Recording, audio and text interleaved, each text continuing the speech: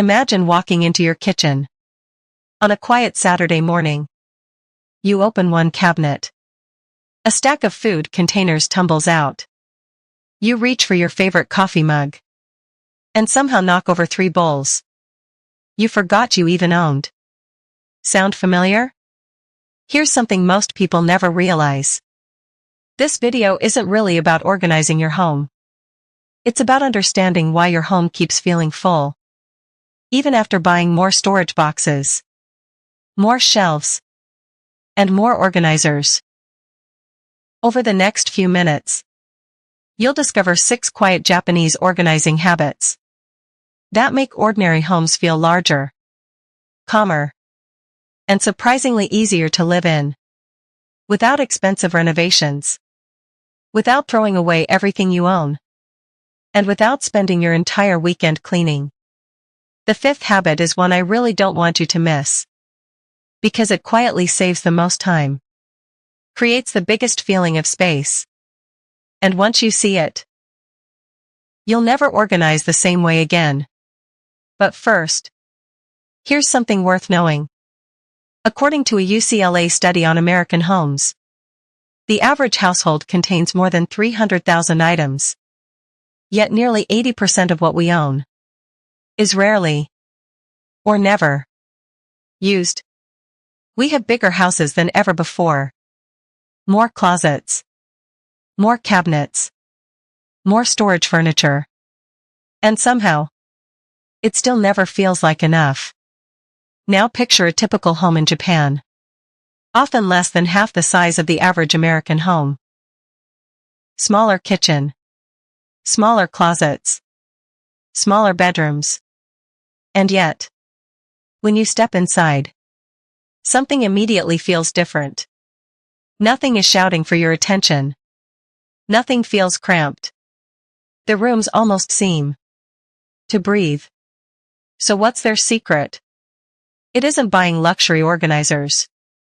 It isn't getting rid of everything they own. And it definitely isn't becoming a minimalist overnight.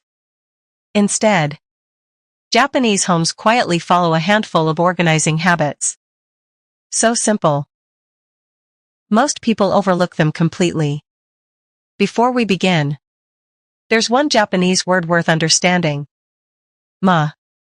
People describe it as purposeful empty space. In many Western homes, empty space feels unfinished. Like something is missing. Another picture frame. Another shelf. Another piece of furniture. But in Japan, empty space isn't something waiting to be filled. It's already doing its job. It allows every object around it to feel more valuable, more intentional, more peaceful. Once you understand that, the first organizing habit makes perfect sense. Habit 1, make everything visible. Walk into many Japanese kitchens, and you'll notice something different. Very few things are hidden behind piles of other things. Plates stand neatly together. Bowls are easy to reach. Cooking tools remain visible. Nothing requires moving 5 different objects to reach the one you actually need. Because most clutter doesn't come from owning too much. It comes from not being able to see what you already own. How many times have you bought another pair of scissors? Another roll of tape? Another bottle of olive oil?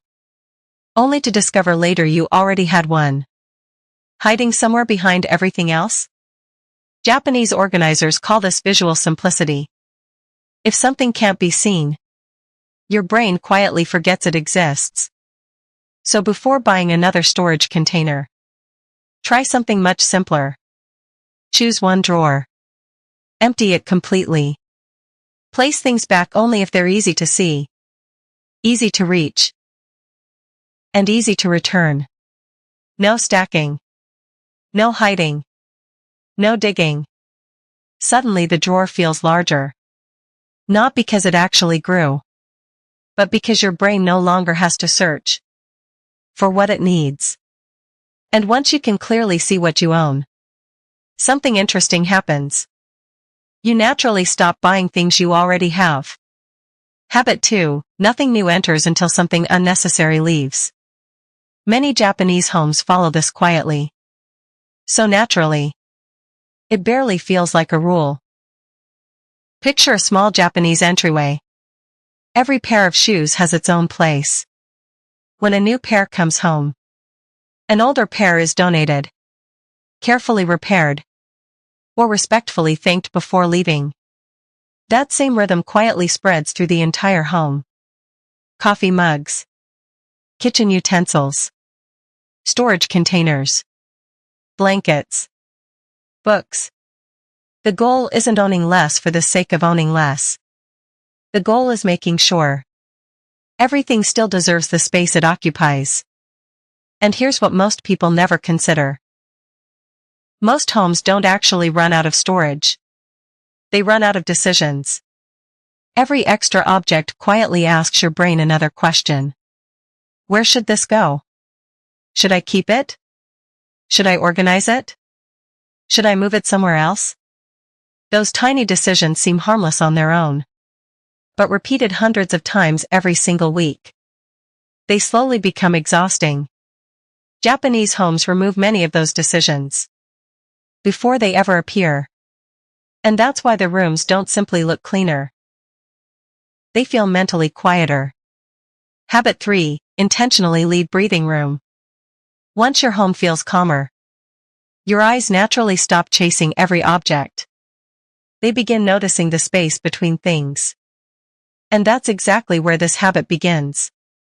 Instead of filling every shelf, Japanese homes intentionally leave breathing room. At first this feels almost uncomfortable, because modern life teaches us that empty space should always be filled. But try this one thing. Choose one shelf. Remove only 20% of what's sitting there. Not forever, just for 1 week. At first your brain may whisper, it looks unfinished.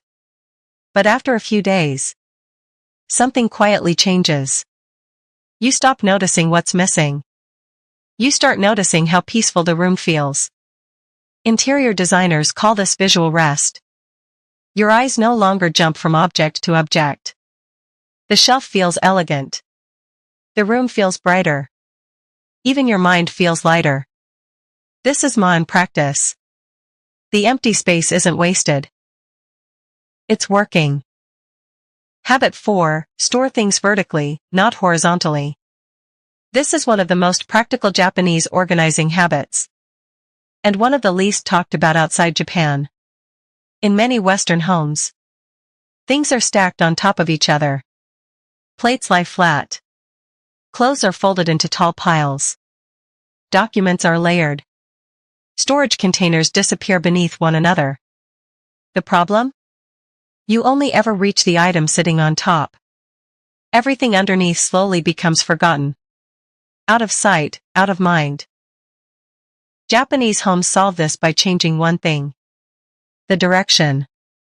Plates stored standing upright whenever possible. Clothes folded vertically.